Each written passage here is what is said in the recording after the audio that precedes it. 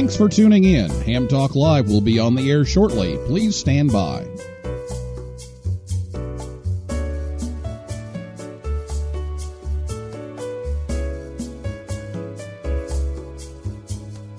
This episode of Ham Talk Live is brought to you by Tower Electronics. For connectors, cables, and more, call 920-435-2973 or visit pl-259.com. And by ICOM. Heard it, worked it, logged it. Visit www.icomamerica.com/amateur for more information about ICOM radios. It's Ham Radio.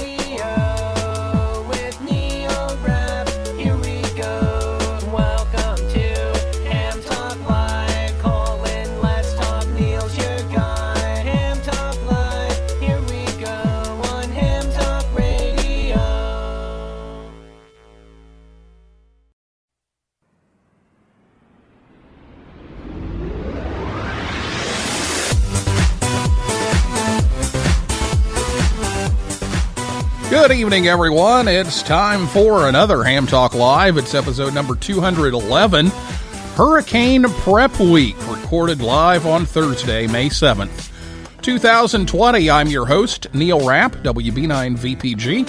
Thanks for tuning in to this episode of Ham Talk Live. Tonight we're joined by Bobby Graves, KB5HAV, Julio Ripoll, WD4R, Rob Macedo, KD1CY, and Lloyd Colston, KC5FM. And we'll take your calls live in just a few minutes. Last week, Tim Duffy, K3LR, was here to talk about Contest University Online and also the Hamvention QSO party taking place next week. So if you missed the show, you can listen anytime at hamtalklive.com or your favorite podcast app, or on YouTube, or you can catch the rebroadcast on WTWW 5085 AM Saturday evenings at about 6:30 p.m. Eastern Time. Also, want to give a shout out here. Congratulations to Tyler Wilbanks, N7 TMW. He graduated from Pearl River Community College, and that's in computer networking, and he was the original Hammy. The Hammy mascot at Dayton a few years ago, and we started doing that, and the son of Don Wilbanks, AE5DW. So congratulations to Tyler, and he's going to be looking for an IT job pretty soon here. So we'll get back to the Skywarn stuff here. We'll get your questions ready to go. If you're listening to us live on Thursday night, you can give us a call during the interview segment. I'll go ahead and give you the number so you can have it ready to go, but we'll talk to all of these guys first.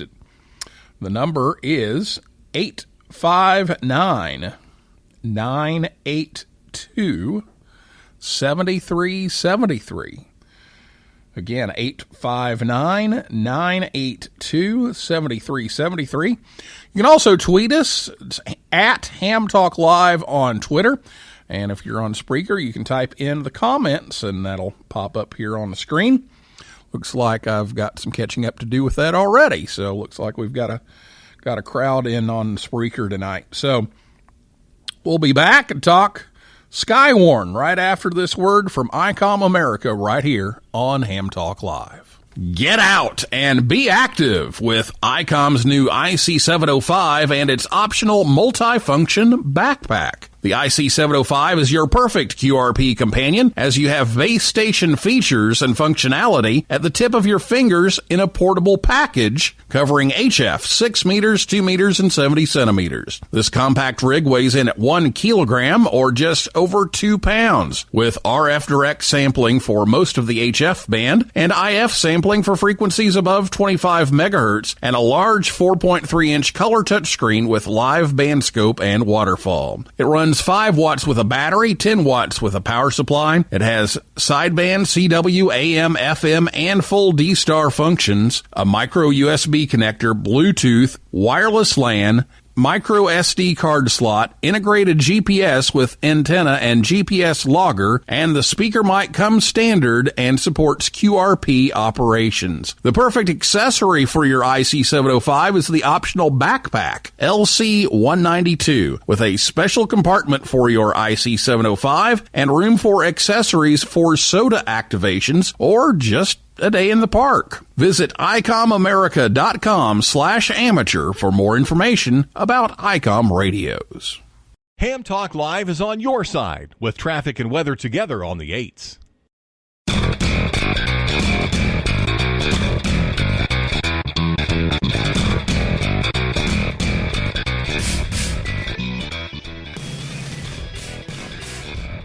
Welcome back to Ham Talk Live. ICOM America is online at ICOMAmerica.com/amateur. Be sure to check them out.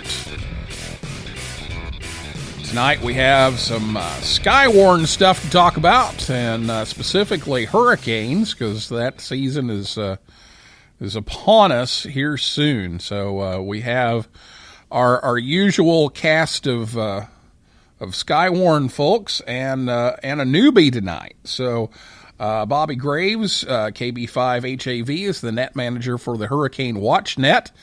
He's been in that position since 2013, and he's in Brandon, Mississippi. Our new guest is Julio Ripoll, WD4R, the assistant coordinator for WX4NHC.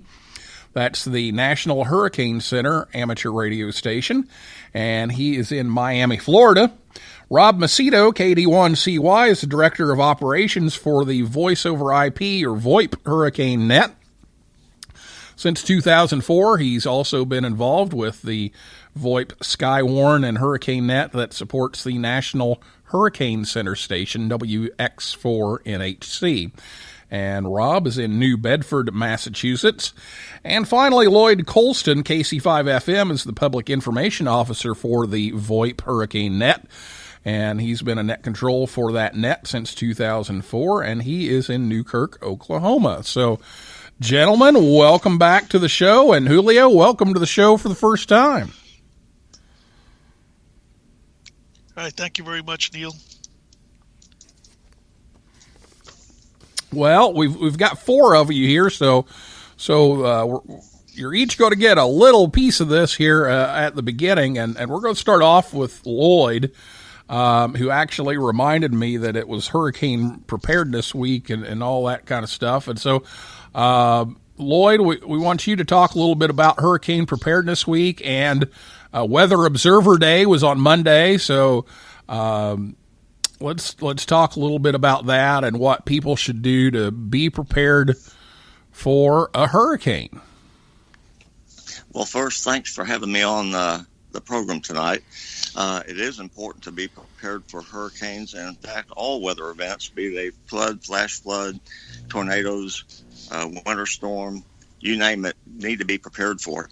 I want to thank all the volunteers for all the Skywarn programs across the United States, and CanWarn in Canada. United Kingdom has Skywarn. Denmark, Germany has Skywarn. So thank all the weather observers. Their day was Monday, Weather Observers Day, and Skywarn is one of the premier weather observing programs for the National Weather Service in the United States. Why is it important that we have this? Because radar doesn't see in the ground level in Newkirk, Oklahoma.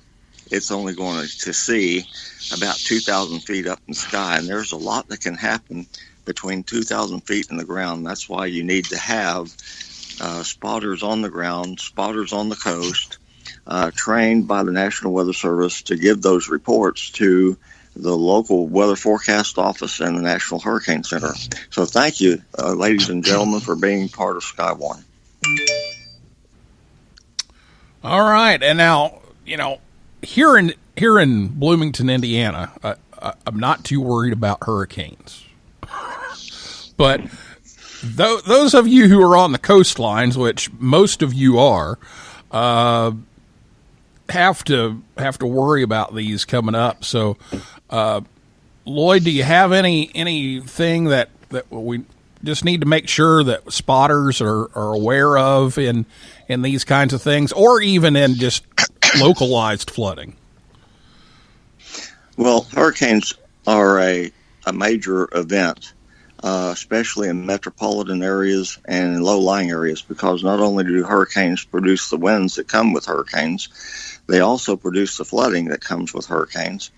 They also generate tornadoes that come with hurricanes, and so there's a plethora of weather events all going on at the same time with a hurricane. So the National Weather Service and the National Hurricane Center need ground truth intelligence supplied by trained spotters in the field that will give the people that have the buttons that they can push to issue the warnings for the general population. They need that information. And Julio will tell you that they rely on a number of communication streams, including Hurricane WatchNet, including the national, the Skywarn VoIP WeatherNet. So there's a lot of ground truth intelligence that can be attracted, even automatic packet reporting system. We monitor that for where's the power still on in a landfalling hurricane.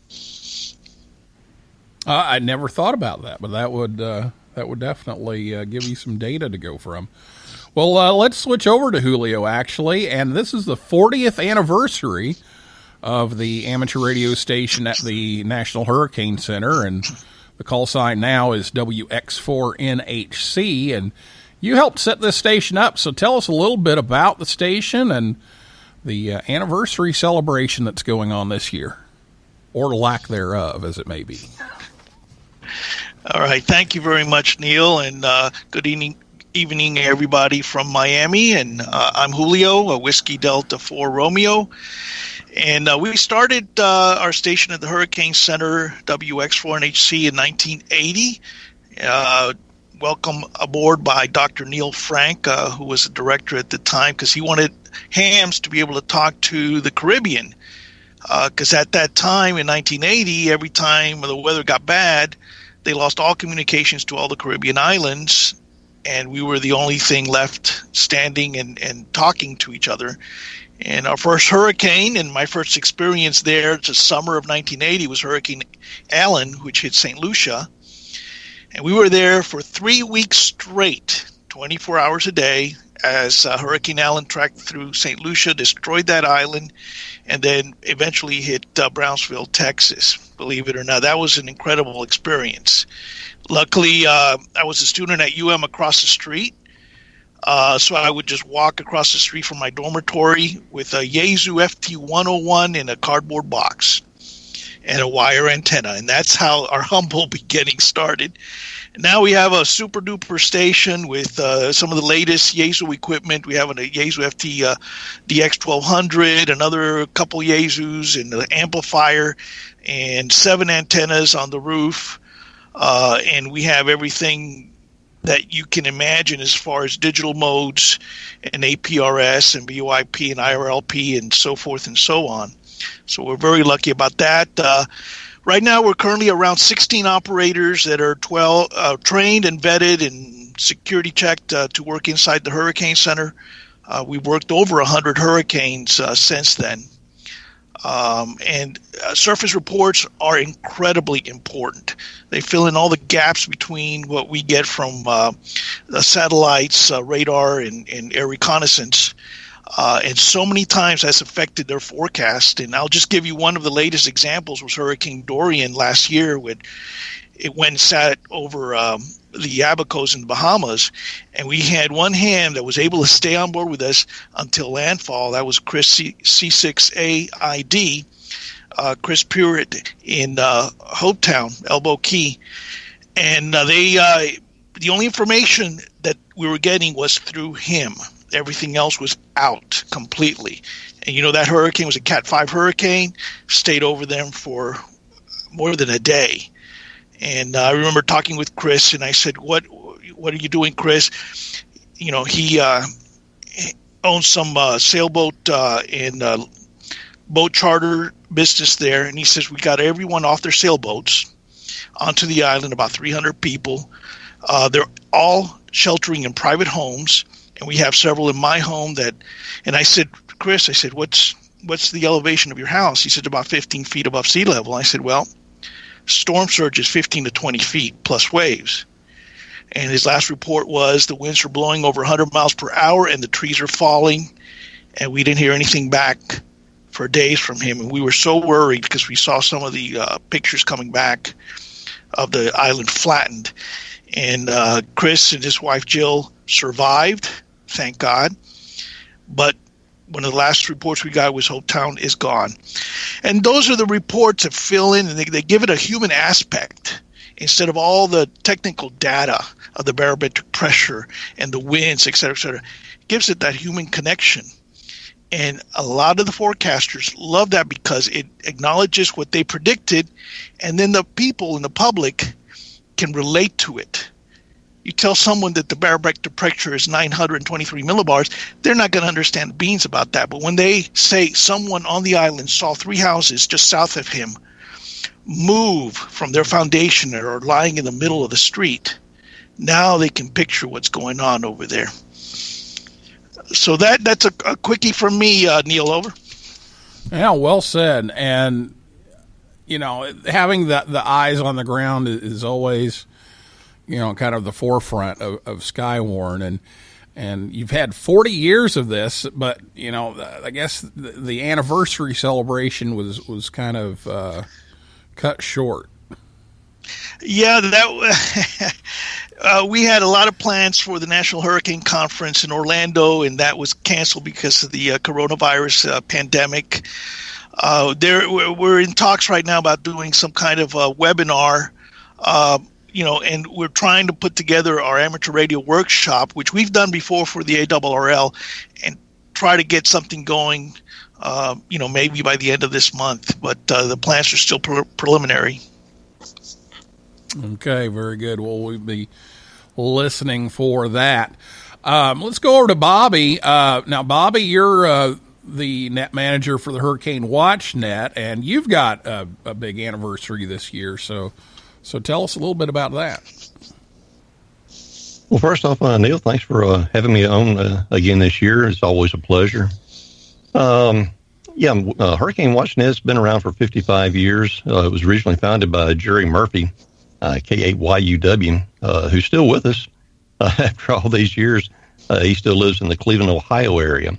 And, of course, our net was founded during Hurricane Betsy on Labor Day weekend back in 1965. And, who would thought after 55 years, Hurricane Watch Net would still be around? We're looking at doing some type of on-air celebration like we did for our 50th anniversary back in 2015. We haven't ironed out the details just yet, but we're still looking at doing something like that. Like Julio said, we was trying to maybe even do something at the National Hurricane Conference, but COVID-19 got in the way, so we know what all happened there. But still, you think, well, it's we're an amateur radio net. Why after 55 years are we still relevant? I mean, when you look at all the fancy technology that's come along over the past 55 years, like the new high-definition satellite imagery, which is absolutely awesome, giving us fantastic pictures. We've got the Doppler radar that's constantly improving with the satellite, with the software they keep using. But like Lloyd said, it's looking up in the atmosphere. It's not telling us what's happening on the ground. And, of course, we got the brave hurricane hunters that fly around and into the storm. But, a lot of folks keep thinking, well, like you mentioned a moment ago, that, hurricanes affect the coastal areas. That's true. But you got to keep in mind, some of these storms travel well inland. I mean, look at Hurricane Hugo back in 1989 that hit Charleston, South Carolina. It was still a Cat 1 hurricane when it got to the western side of North Carolina. It was still a strong tropical storm when it moved into Ohio. So these things can travel a long ways. But, with all the technology, what role does amateur radio still play with hurricanes? Just like with your local Skywarn program, we need spotters, people who can give ground truth data reports, what's going on the ground. These weather satellites orbit the Earth at over 22,000 miles trying to give the forecasters an idea of what's going on at ground level. Doppler radar, it scans the atmosphere, trying to figure out what's going on at ground level. Hurricane hunters fly in and around using drop signs and other types of electronic equipment, trying to figure out what's going on at ground level. So if we have people who are already at the ground, have measured weather data or even estimated, and can also give us the damage reports, storm surge, and willing to share that information with the forecasters, guess what? The forecasters want that because they don't have to do any guessing. They've already got the evidence right there. So nothing beats the human eye that the good Lord gave us. And the Hurricane Watch Net will always be ready to receive those ground truth reports and forward them directly to the National Hurricane Center by way of WX4NHC, who is stationed right there in the Hurricane Center. And, of course, we've also been providing over the past 6 years situational awareness of these landfalling hurricanes to FEMA, U.S. Army, and Air Force Mars, who forwards that data to the Department of Defense. And we're also providing awareness to the American Red Cross, Salvation Army, and, of course, many other government and non-government agencies. Now, we're going to let Rob tell us a little bit about the voice over IP Hurricane Net. For the Hurricane Watch Net, you're on HF, so tell everybody just a synopsis of what the Hurricane Net or the Hurricane Watch Net is, and how you would turn in data if you're a ham and you have some data from a trained spotter. Yes. So on the VoIP, that was for Bobby. I'm sorry. Oh, okay. And then then you're going to get the same thing with VoIP, Rob. Okay, I missed part of your question there, but I believe you asked where they could reach us at. Yeah, we operate on 20 meters at on 14.325 megahertz. That's what we've been since our foundation. However, the past 7 or 8 years now, being at this thing like never-ending solar minimum, the 20-meter band is just about, most days have been absolutely useless. So in 2013, when I became net manager, I officially made our net a 24-hour net. So that during the daytime, we work on 20 meters. At nighttime, we'll switch over on the 40-meter band of 7268 megahertz and operate as long as we can at nighttime there. And as we've been having to do the past few years, we've been operating both frequencies simultaneously. So hopefully solar conditions will improve and we'll start getting some better propagation on the 20-meter band as well. And that's a cool thing to listen to as well, because you can just kind of sit back and listen and kind of get a feel for what's going on. And then by all means, if you have trained spotter information, you can jump in there at the appropriate time and pass that along.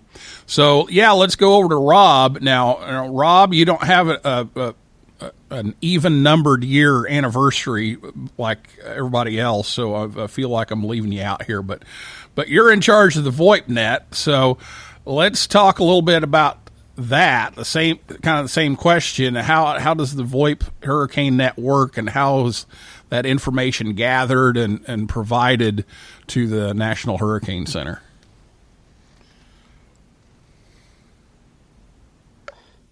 Yes. So on the VoIP Hurricane Net, we use Echolink and IRLP and link them together into one network to help communicate with a lot of amateur operators that wouldn't necessarily be able to be gotten with if they don't have HF capability or ability to get on with the general or higher class license for HF. And even though it's based through the internet, and certainly, with situations like Hurricane Michael in the Panhandle of Florida, with Hurricane Dorian in the Bahamas, the internet is not going to be viable. There are other cases where the internet is up and it allows for communications and relaying of surface reporting using the typical Skywarn criteria of the Weather Service offices to get reports into Julio Ripoll and his team at WX4NHC at the Hurricane Center, the amateur radio station there.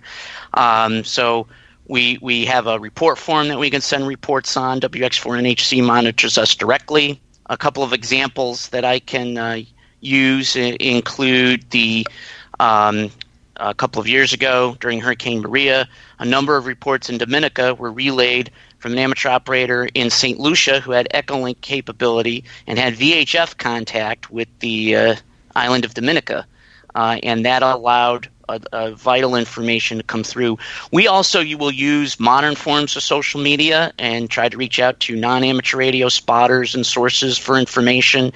There's the stormcarib.com storm blogging site that also has information. So we try to use all the resources we can to gather surface reports during hurricanes. And that's what we do. And sometimes it's there when HF conditions are poor, but like I said, on the flip side, there's times where the internet's just not going to hold up, like in Hurricane Michael down in the Panhandle of Florida, or Dorian with the Bahamas. So we're all complementary, working together and using any and all means, amateur radio via its ubiquitous ways to communicate. And like I said, also using social media and the modern forms of it and so forth, and a lot of the online weather stations and such to relay information into the Hurricane Center. Very good, Rob. And you always want to have multiple paths because you just don't know what's going to be available. And it's great that you have that capability. And, HF may not be possible. So we've got both. We've got the HF with the Hurricane WatchNet. We've got voice over IP. So we're using internet and VHF and UHF to get there, and you all do a fabulous job with that, and thank you for all the work that you do to make all that happen. Well, it's time for a break, so what we're going to do is we're going to take a break. We're going to come back, and we'll talk a little more, and we'll take your calls and comments at 859-982-7373, or tweet us at Ham Talk Live. Or if you're on Spreaker, you can type into the comments, and we'll be back after this word from Tower Electronics right here on Ham Talk Live. Jerry, what's up, man? I haven't seen you at Sunbucks in a while. I used to see you every morning getting coffee. What's up? Well, I can't afford Sunbucks 5 days a week anymore. I had to spend my money on PL259s. Those antenna projects I've been meaning to do. I had to do them before my HOA finds out I have antennas. That's too bad, Jerry. I miss seeing you and catching up over coffee. You should get your PL259s from Tower Electronics. They have great stuff. Jerry, you're back. Oh, QRM Heterodyne Frappuccino. That's a good choice. How's it going? Did you get all those antennas up before the HOA police showed up? Yeah, I got them all done. Thanks for telling me about Tower Electronics. Now I can have my coffee. I just saved a bunch of money on my PL259s by switching to Tower Electronics. Don't get caught without PL259s. Visit Tower Electronics online at pl-259.com or at a Hamfest near you. Or give them a call at 920-435-2973. And be sure to pick up some power poles, adapters, and cables too. Nominations are now open for the Amateur Radio Newsline Bill Pasternak WA6ITF Young Ham of the Year Award. I'm Don Wilbanks, AE5DW. Since 1986, we've had the honor of celebrating the accomplishments of youth in ham radio, and we want to know about your exceptional young ham. You'll find the rules and a nominating form by clicking the YHOTY tab on arnewsline.org. Fill it out, send it in, and we'll see you and an amazing young ham at the Huntsville, Alabama Ham Fest in August. Thanks, and 73 from Amateur Radio Newsline. Join the conversation. Give us a call at 859-982-7373. Again, the number to call is 859-982-7373. Or, if you'd rather type than talk, tweet us at Ham Talk Live. Now, here's Neil Rapp with more Ham Talk Live. You're listening to Ham Talk Live.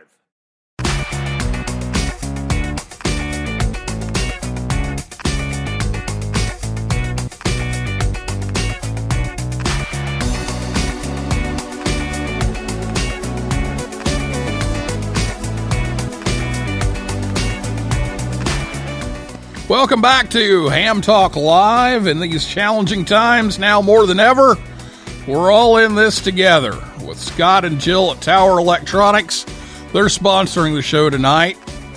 We thank them for their efforts, and we look forward to them being back out on the Hamfest tour soon. But in the meantime, look them up online at pl-259.com. Ham Talk Live is on the air every Thursday night at 9 p.m. Eastern Time, right here at hamtalklive.com. And be sure to check us out on Facebook, Twitter, and Instagram. And now is the time for your calls. So if you have a question for our panel, give us a call at 859-982-7373 or tweet us at Ham Talk Live. If you're listening to us on the podcast edition or on WTWW, we're not live. We're Memorex, so you won't be able to chime in online here. We do have some comments online we'll get to here in a minute, and I believe something came in on Twitter, so let me check that here in a moment. But Lloyd, you mentioned something during the break about WinLink, so why don't you mention WinLink here before we get into that? Well, my mention is in remembering over the decades of Skywarn and service to National Weather Service offices and especially National Hurricane Center, technology has certainly changed a lot. And we mentioned in my first segment, automatic packet reporting system was not so much going back in the late 70s, early 80s. WinLink certainly was a dream, but not reality. And I don't know when Julio had installed WinLink in the EOC there, but now it's pretty much a annual test. I'll send them a WinLink message just to make sure they got it, and they reply that they did. So WinLink has come aboard, and WS Chat lets us get directly into the Weather Service offices. So there's plenty of opportunity for communication.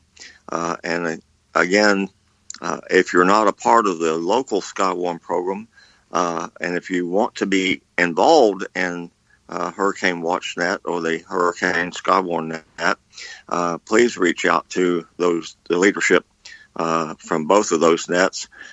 Join your local Skywarn program, get the training.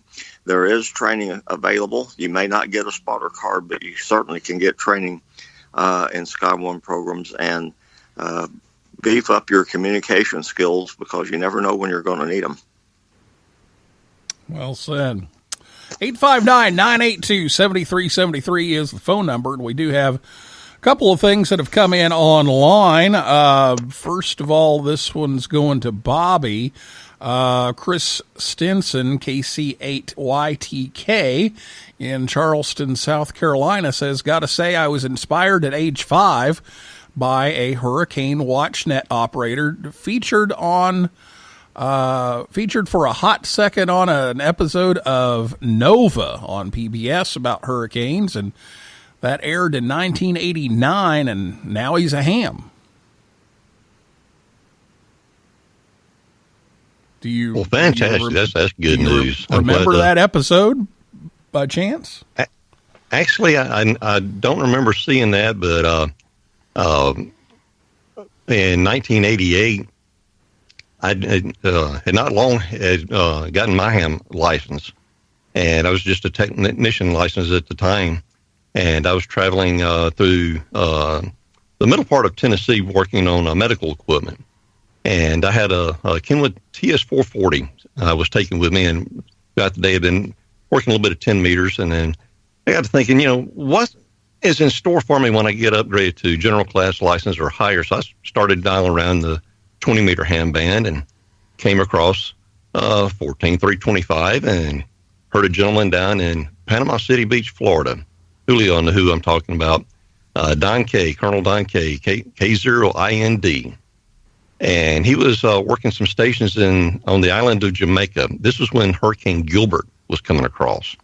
very strong Category 4, almost Cat 5 at the time, and just devastated the island of Jamaica. And I was listening. I said, I would one day love to be a part of that organization and maybe be able to be a good net control operator like that guy. And then later on that day, the weather was bad then where I was at in Arkansas, and turned around on 2 meters and came across a Skywarn net, and learned a little bit about that. And that pretty much sold me on getting into the weather part of it. Lo and behold, I didn't know that a few years later that I would be joining the Hurricane Watch Net, and never even dreamed of being where I'm at now. But it's way I look at it, and I think all the guys here on the program here tonight, we don't do it because, this is part of the hobby. Anybody says, well, emergency service is a hobby, if that's your idea, I think you need to refine your definition of things. To me, I think what we're doing is more of a ministry. We're trying to help people in their time of need before, during, and even after these hurricane disasters. Well said. And Chris says, thanks for acknowledging the comment, and he's going to see if he can find a clip of that show, but it was from Hurricane Gilbert. That was the hurricane that was profiled in that show. So thanks, Chris, for the comments there. And we've got a question here, and let me throw this over to Rob. This is from Endoff in 6UTC or MW1BQO, whichever place he happens to be at the time. And Endoff wants to know, does the National Hurricane Center have digital voice and the capability to connect to wires X, D-Star reflectors, and is the VoIP WeatherNet available on Fusion or D-Star, that kind of thing? So I think we'll go around the horn a little bit with Julio and Lloyd on this as well. But we've been trying to do some more work to interface some of the digital modes such as D-Star and DMR into our network. We've actually had a network through QuadNet but we have not been able to kind of link the two together. And it's not a technical reason. It's just a lot of angst around digital voice versus analog voice capabilities and actually linking those together. We have done a little bit of work with DMR and having it connected. We actually had it at times connected during the 2018 hurricane season. But last year we had to basically monitor them both independently. From a D-Star perspective, I'll let Julio talk a little bit about DRATs and some work and how they've managed to get information from D-Star that way, and then we can finish up with Lloyd, who could talk a little bit more about some of the capabilities of QuadNet and some of the other linking that he's done with YRES and with YRES and with All-Star as some more capability there. But I'll let Julio go with on DRATs.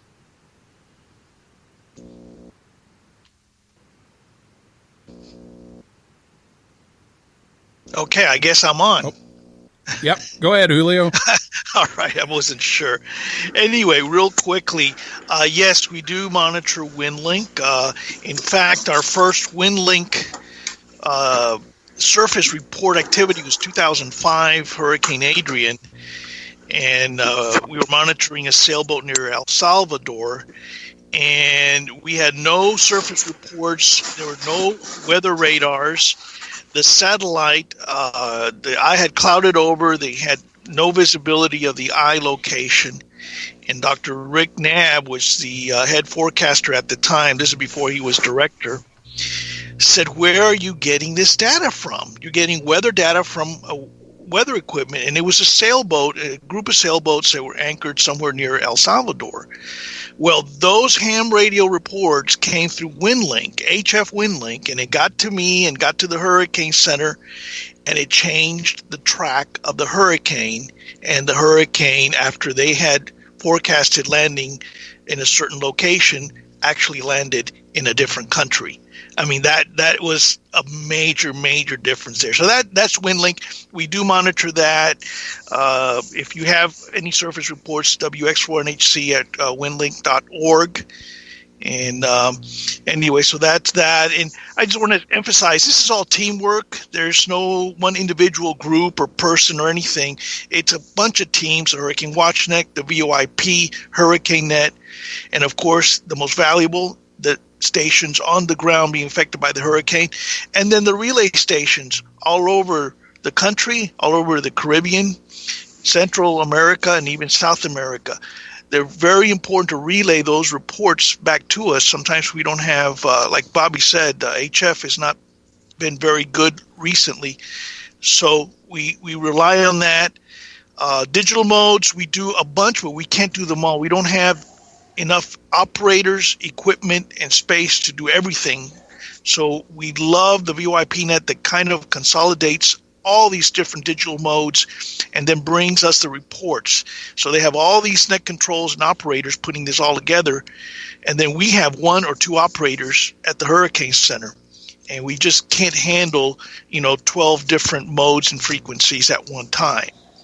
So that's the basic synopsis there. Go ahead, Neil. Okay, and let's throw it over to Lloyd. Lloyd, you want to talk a little more about some of those other modes? I know Rob mentioned All-Star and some other things, so you want to finish that up? I'd like to just mention the Echolink 7203 is our primary conference. IRLP 9219 is our primary IRLP. There are others. There's some listen-only nodes, and we appreciate people to go to the listen-only nodes if they're not actively involved.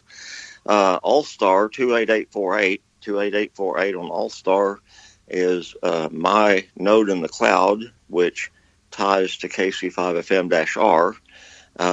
And during VoIP activations, we will put that node into the mix with Echolink and IRLP. QuadNet that Rob mentioned, QuadNet has a 2 call sign for D-Star, just WXNet, and people on QuadNet can monitor that. I don't have equipment to monitor everything, just like National Hurricane Center doesn't. I am on D-Star, and I do monitor QuadNet when I can, but this is a commercial now for if you're interested in volunteering on VoIP, talk to Rod, talk to Bobby for Hurricane WatchNet, talk to your local emergency manager or the local weather forecast office for Skywarn opportunities in your area. All right, very good. We've got a few more coming in here online. And I know we were talking about this actually before the show, and I'm not sure who we want to throw this to.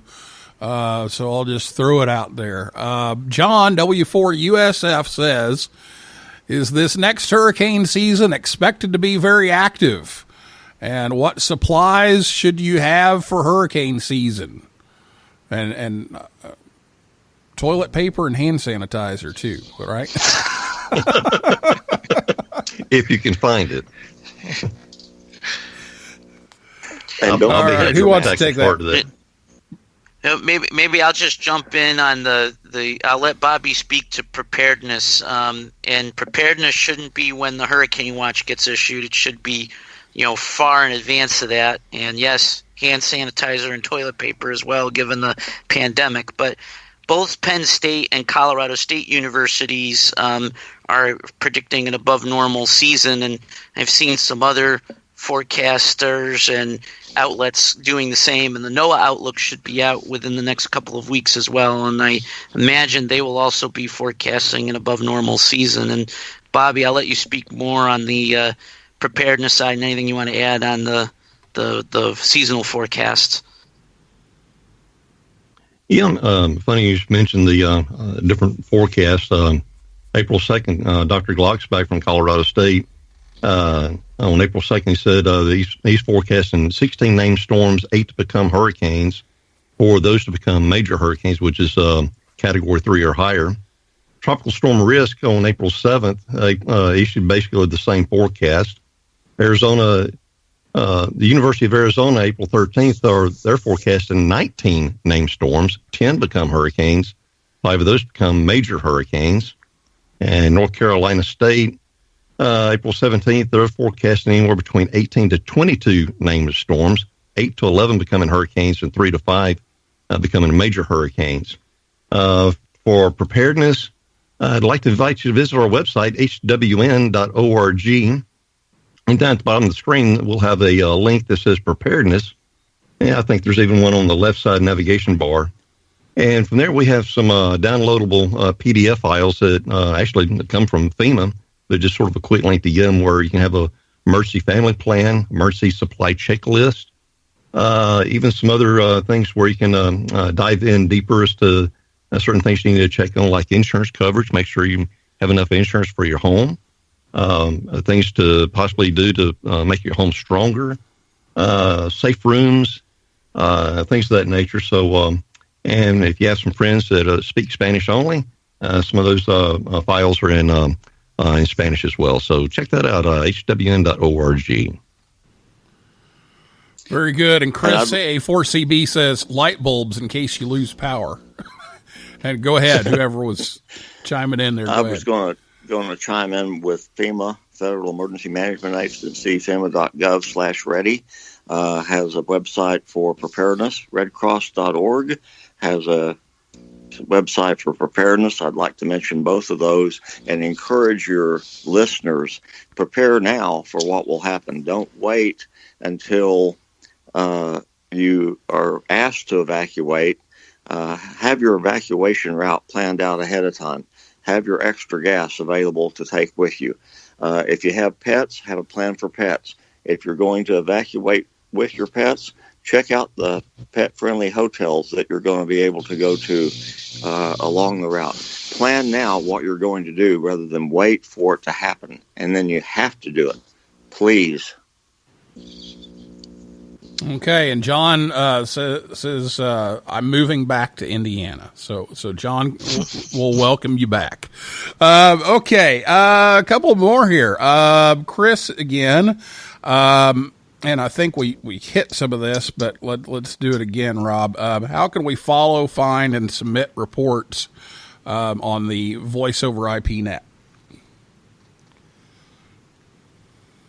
Rob? Yes. So the like Lloyd pointed out, we have IRLP reflector 9219 and the star WX_talk star Echolink conference node 7203. If you're in the affected area, in a coastal area, in hurricanes, that's where you go to and give us your reports on air, and we can get the reports into WX4 NHC. If you can access the net, we do have our Facebook and Twitter feeds and their VoIP WX net. You can send and post information there for us as well if for some reason you can't reach our system. So there are some of the examples to reach us on the VoIP Hurricane Net side. We also have a number of listen-only nodes that Lloyd mentions, though, again, they are listen-only. So from a voice perspective, you would not be able to reach us, though you would be able to listen to our net in those in that path. So that's some of the ways to connect to us on the Hurricane Net. And I would mention the VoIPWX.net website, VoIPWX.net website listens our primary nodes and listens our listen-only nodes, especially during activation. So look to the website for that information, please. Okay, there you go, Chris. I'm thinking maybe Julio on this one. Dennis, I need to scroll up and find Dennis's call here. Dennis is K8DLH over in Port Richey, Florida. Says, what connections do you have with us on the Gulf side that go through Ruskin the National Weather Service there. And I actually know where that is. I've been there. He's a net control operator for Pasco County. Okay, very good. Well, on the golf course, here again, you can, depending on what equipment you have, what modes you run, you can actually check in with us on the HF Hurricane Watch Net frequency. You can also do the VoIP Echo Link or IRLP Net, whatever digital mode. And then if you can also participate in what they call SARNet, S-A-R-N-E-T. SARNet is basically linking. We linked about 27 repeaters, VHF and UHF. Actually, they're mostly UHF, all the way from Key West to Tallahassee, and it's mostly the EOCs. But anyone is welcome on there. During hurricanes, it is a controlled net frequency for all of those repeaters. And we do speak directly to EOCs via the SARNet network, which is sponsored by Florida DOT. Okay, go ahead. Very good. Well, I think we are caught up. Let me check here, and we're a little bit over time here, so we'll finish things up. But yeah, I think we've got all the questions and comments in. So let's just go around to everybody one last time for any closing comments, and we'll go with Bobby first.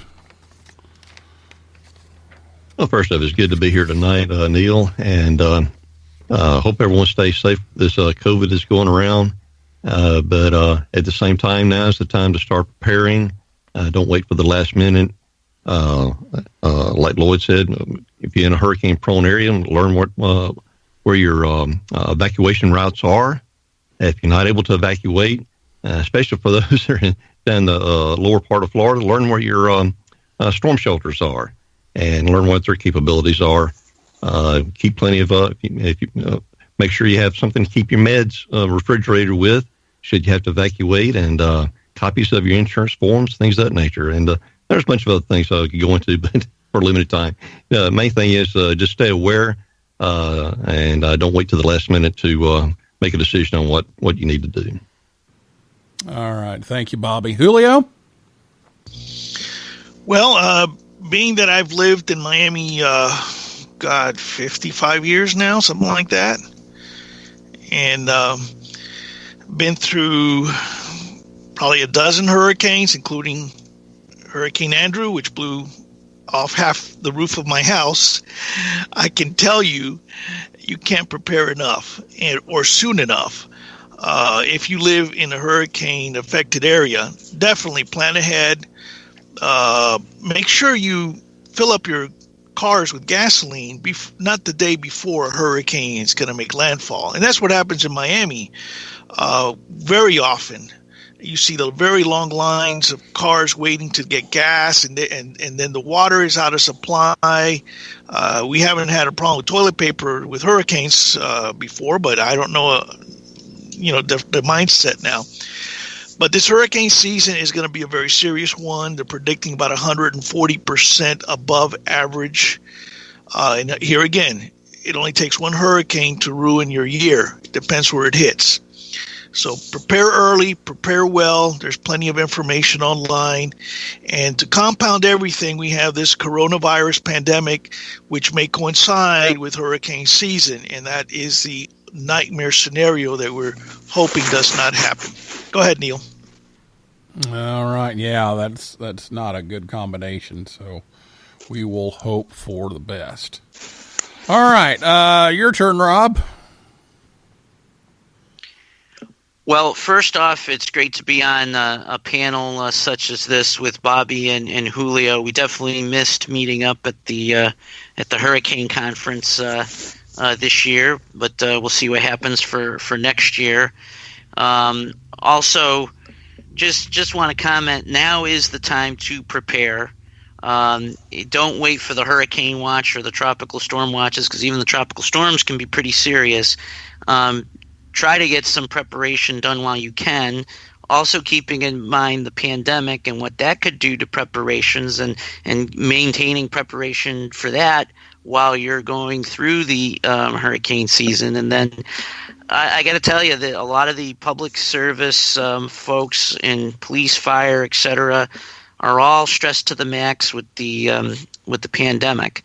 And that means they're going to be stretched even more if a major hurricane is bearing down on a given area. So this is really where amateur radio can shine through with the surface reporting that is critical for the National Weather Service, critical in the warning process, really an opportunity for us to make a difference, and make a difference even if the communications are still up, by allowing and providing all those additional sets of eyes and ears and weather stations and other observations that can best be obtained through our networks, and dealing with, again, the modern social media networks as well. Former director Greg Fugate used to say amateur radio was the inventors of social media, because amateur radio is a form of that, and now you have Twitter and Facebook as well, and Instagram and all the other social media outlets that we can help manage and also create our own activity within our networks that's so important.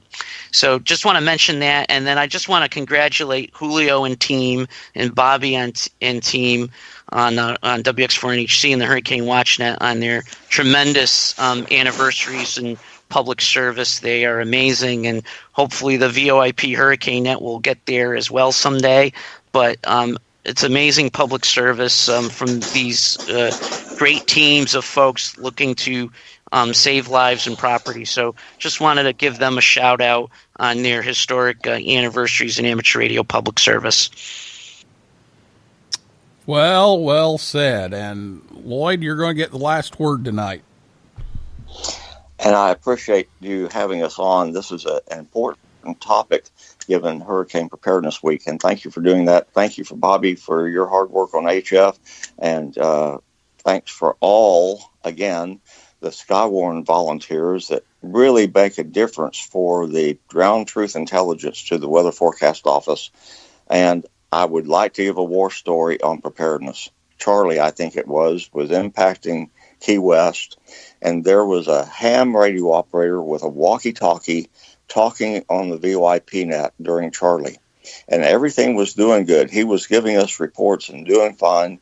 The node was up on battery backup. Everything was fine. And suddenly the guy quit in mid-sentence, and his battery apparently on his walkie-talkie failed. So prepare your communications. You're not going to talk if you cannot communicate. So have a backup. Get some clam-bake battery cases for your walkie-talkies. Have a means of sending something. I can send a message on APRS. I can send a Twitter message that comes out on APRS. So figure out what you're going to do. Make a plan. Build a kit to support the plan. Practice the plan. And then, and only then, are you able to help others. Again, thanks for having us on this panel.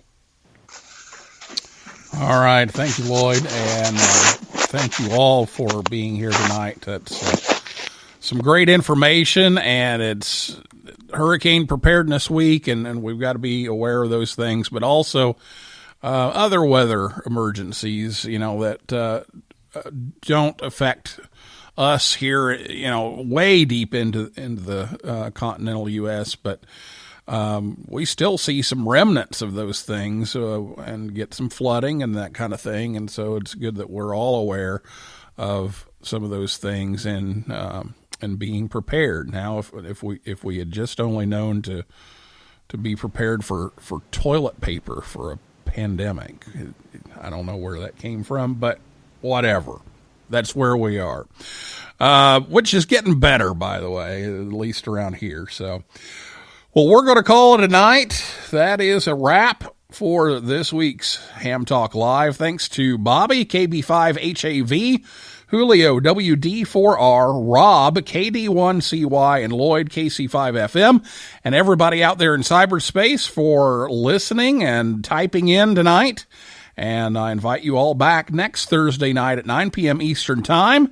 And we're going to have open lines next week. We're going to be commiserating missing hamvention.